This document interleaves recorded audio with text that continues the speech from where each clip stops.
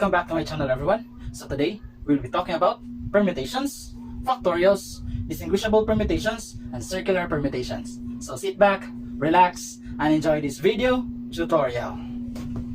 Suppose we have three different boxes labeled as A, B, C, and we wish to rearrange them in a row.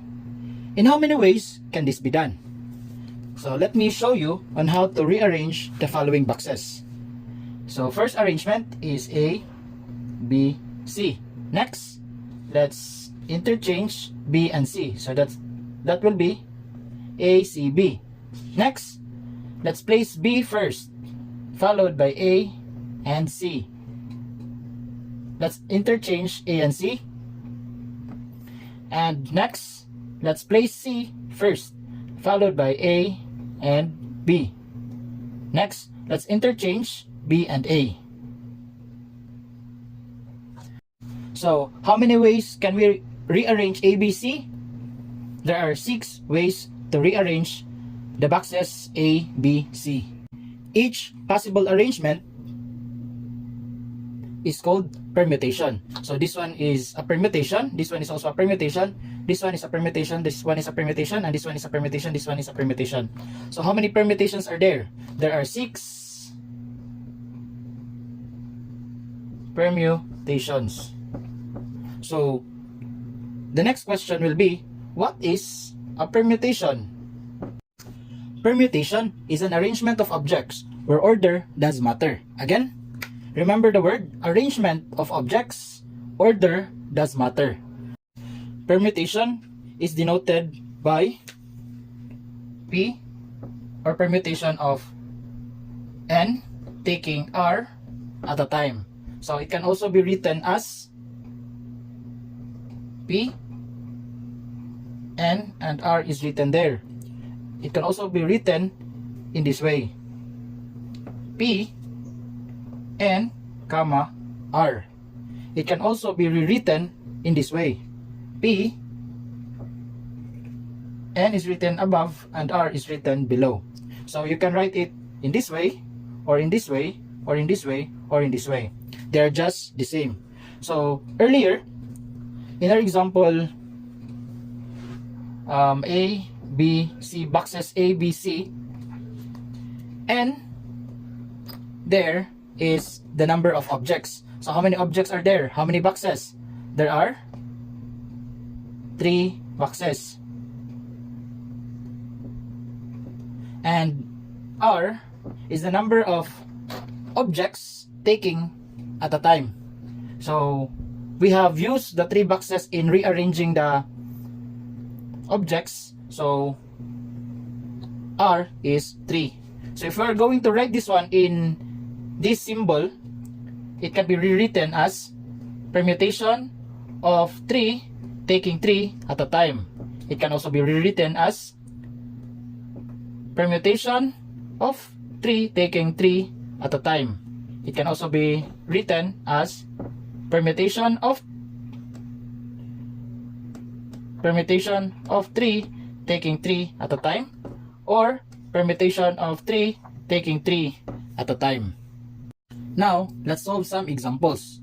Number 1. This example was already solved earlier using the listing method. So we have listed all the possible rearrangement of the boxes A, B, and C. Now, let us solve this example using this method. So let's write the value of our N, which is 3. N is the number of objects, so there are 3 boxes, so 3.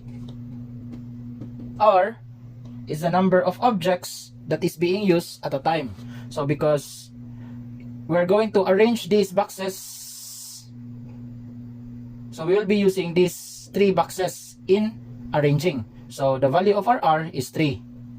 Write the permutation. So permutation of N taking R at a time. So that will become P of N, which is 3, taking 3 at a time. Next, there are 3 objects, so write 3. And next, multiply the numbers or the whole numbers from 3 to 1. So there are 3, 2, and 1. So again, how did we do it? There are 3 objects. So write 3 there. Next, write the following whole numbers below 3. So the whole numbers below 3 is 2 and 1 and 0. So don't include 0. Just write until 1. So 3 times 2 times 1. 3 times 2, 6 times 1, that is 6. There are 6 ways or permutations in rearranging ABC. So let's try to answer another example.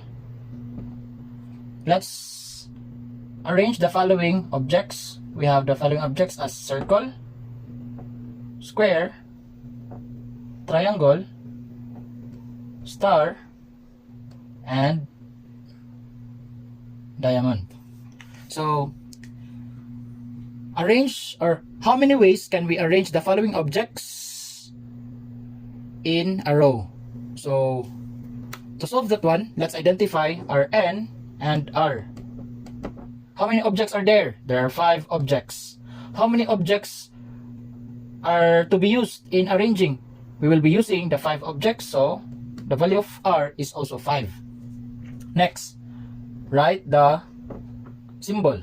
So permutation of N, which is 5, taking 5 at a time, is equal to, so how many objects are there? There are 5 objects. Next, write the following numbers from 5 and below. So 5, 4, 3, 2, and 1. So multiply the following numbers and you will get your answer.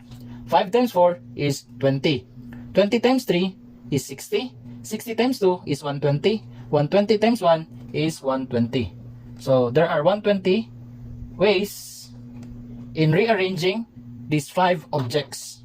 So before we will proceed, what can you observe in example number 1 and example number 2? You have observed that the value of our N and R is just the same. And also in number 2, the value of our N and R is just the same. So, if the value of our N and R is just the same, to solve for the permutation, we will be using the formula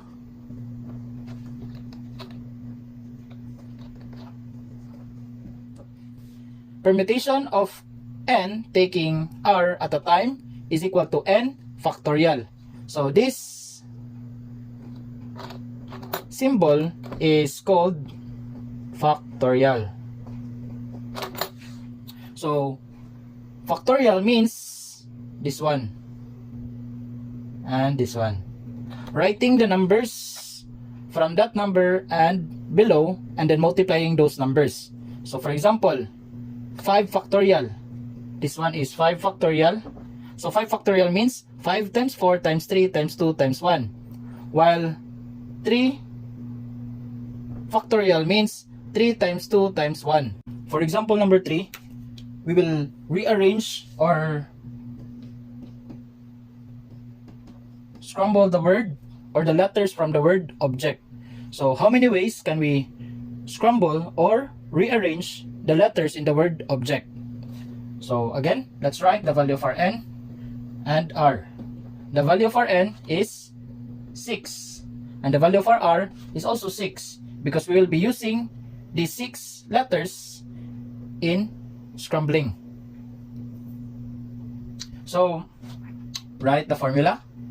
P of N is equal to, permutation of N taking R at a time is equal to N factorial. Let us substitute the following. Permutation of 6 taking 6 at a time is equal to, the value of our N is 6 and that is 6 factorial. When we say factorial, that means you are multiplying the numbers from that one and below. So 6 times 5 times 4 times 3 times 2 times 1. Use your calculator and that will result to 720. And let's put the unit, which is ways. So there are 720 ways in rearranging the letters in the word object. For number 4, we will have an example wherein the value of our N and R is not the same. So let's try to use the same word, which is object, but we're going to rearrange the letters in the word object 4 at a time. So there are only 4 letters that we will use in rearranging the words. So let's identify the following given. N is the number of objects, so there are still 6 letters. So 1, 2, 3, 4, 5, 6. How about for R? As what I have said, we will be using only 4 letters. So the value for R is 4. So it could be OBJE, or it could be BJEC, or it could be JECT, or OBJC, and so on and so forth. So can we use the same formula in solving this one? No. So we'll be having a different formula. Permutation of n taking r at a time is equal to n factorial all over n minus r factorial. So to solve this kind of example, we'll be using this formula. So a different formula from before. Let's substitute the following given. N is 6, r is 4, n factorial, n is 6, and r is 4. And don't forget the factorial. So 6 factorial that was solved earlier, that is 720. So 720 over 6 minus 4. First, you need to solve this one. 6 minus 4 is 2. So that is 2 factorial. Next, 720 will be copied. 2 factorial is 2 times 1. 2 times 1. 2 times 1 is just 2. So 720 divided by 2 is 360. So how many ways can we rearrange the letters from the word objects? 4 at a time, or 4 letters at a time? There are 360 ways. For number 5, we are asked to find the number of permutations of the letters of the word statistics. Again, we're asked for the number of permutations, or the number of ways that we can rearrange the letters in the word statistics. But remember, or as you can see, or as what you have observed, there are letters in the word statistics that are repeating. So can we still use the formulas before? So the answer is no. We will not be using those formulas in solving example number 5, because example number 5 is under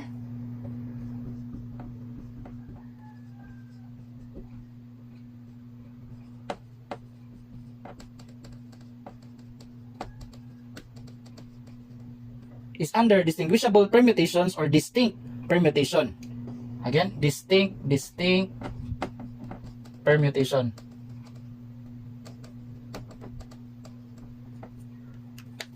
So when we say distinct or distinguishable, it means the letters that are repeating should not be counted again. So for example, there are 3 S, there are 3 T's, and there are 2 I's. So those letters should be counted as 1, not by how many letters that they are written on that word. So to solve this example, we will be using this formula. Permutation is equal to n factorial over the factorial of the letters that are repeating. Again, n factorial means the number of objects factorial, and divided by the factorial of the number of letters that are repeating. So if you have 3 letters that are repeating, so that's P factorial, Q factorial, R factorial, and so on and so forth. Now let's substitute the following given. N is the number of objects. So how many letters are there? 1, 2, 3, 4, 5, 6, 7, 8, 9, 10. So 10 factorial. Next, let's divide that one by the factorial or the product of the factorials of the letters that are repeating. So letters that are repeating is S, T, and I. How many S are there? We have 3 S. How about T? There are 3 T. And how about I? There are 2 I. So we will write this one with factorials. 3 factorial, that is for S. Next, 3 factorial for T, and 2 factorial for I. Next, 10 factorial is equal to 3,628,800 all over 3 factorial is 3 times 2, 6 times 1, 6. So that is 6. 3 factorial is also 6, while 2 factorial is 2. Rewrite 3,628,800 all over 6 times 6 is equal to 36 times 2, that is 72.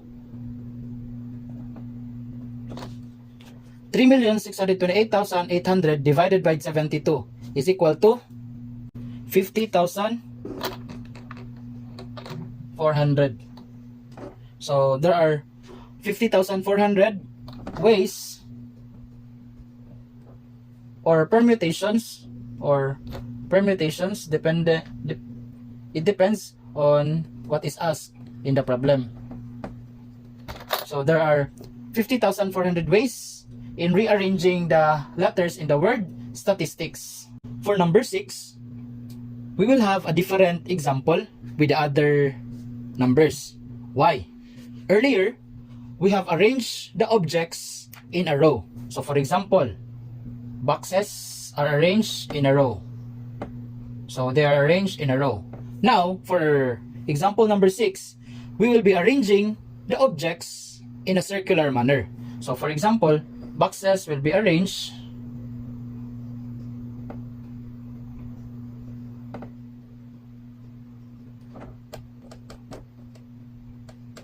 in a circle or in a circular manner. So this example will be called circular permutation.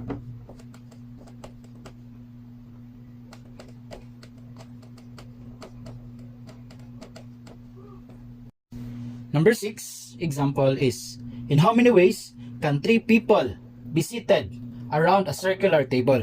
So if ever we have a circular table, in how many ways can we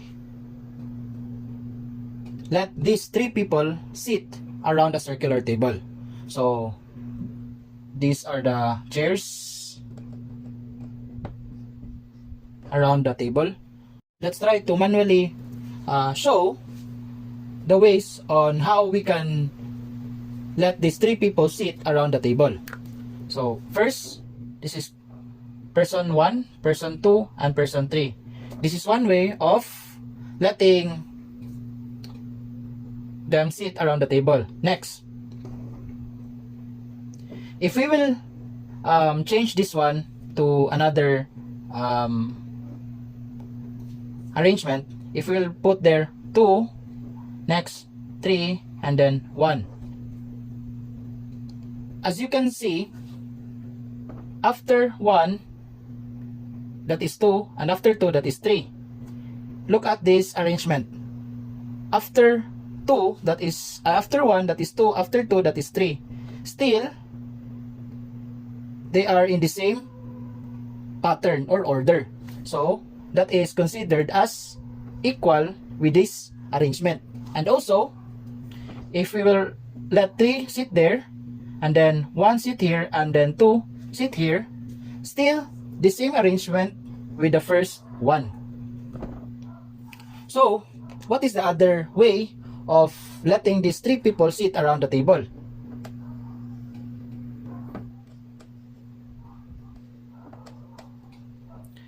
So if we will let 1 sit here, and then 2 was here, so let's make it as 3, and then 2 will sit here. So after 1, that is 2, and after 2, that is 3. How about here? After 1, that is 3, and after 3, that is 2. So they have different order in around the table. So how about the other arrangement? We will let 2 sit there, and then 1 sit here, and then 3 sit there.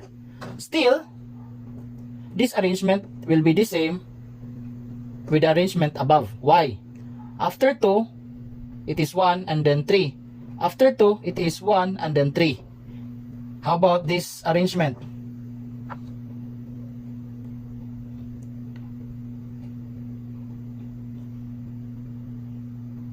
Three, 2, and then 1.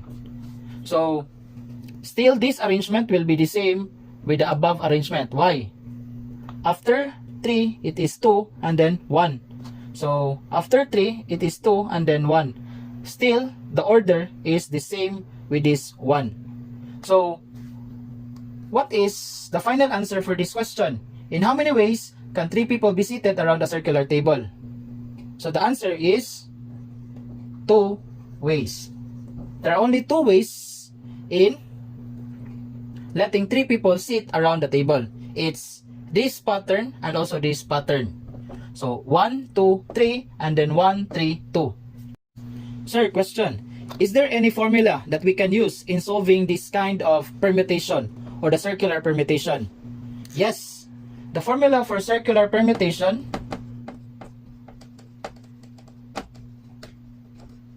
P is equal to n minus 1 factorial.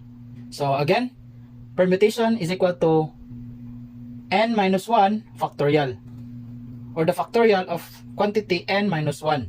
So let's try to solve this example number 6 using the formula. P is equal to n is the number of objects, and the objects here is persons, so there are 3 people. N is 3 minus 1, then close parenthesis, factorial. 3 minus 1 is 2, so that is 2 factorial, and 2 factorial is just the same with 2 times 1. So 2 factorial is equal to 2. So the final answer is there are 2 ways in letting 3 people sit around the circular table. So our answer before, which is 2 ways, is also the same with our answer now. So both process in solving circular permutation is acceptable, but the easiest one is by using this formula. Now let's recap the following topics. For permutations, there are 2 formulas that you need to remember. When the value of n and r is not the same, given that n is greater than r. So the formula of solving that permutation is equal to this one. N factorial over the factorial of the quantity n minus r. And if the value of n and r is the same, so you will just solve for the factorial of that of the number of objects, or n factorial. For distinguishable permutations, or in other words, distinct permutations, the formula for solving that one or permutation is equal to P is equal to n factorial over P factorial, Q factorial, R factorial, and so on and so forth. So n factorial again means the factorial of the number of objects, while P factorial, Q, and R are the factorial of the number of objects that are repeating. For circular permutations, you will be using this formula. P is equal to the quantity, P is equal to the factorial of the quantity n minus 1. So that's it. I hope you've learned something today.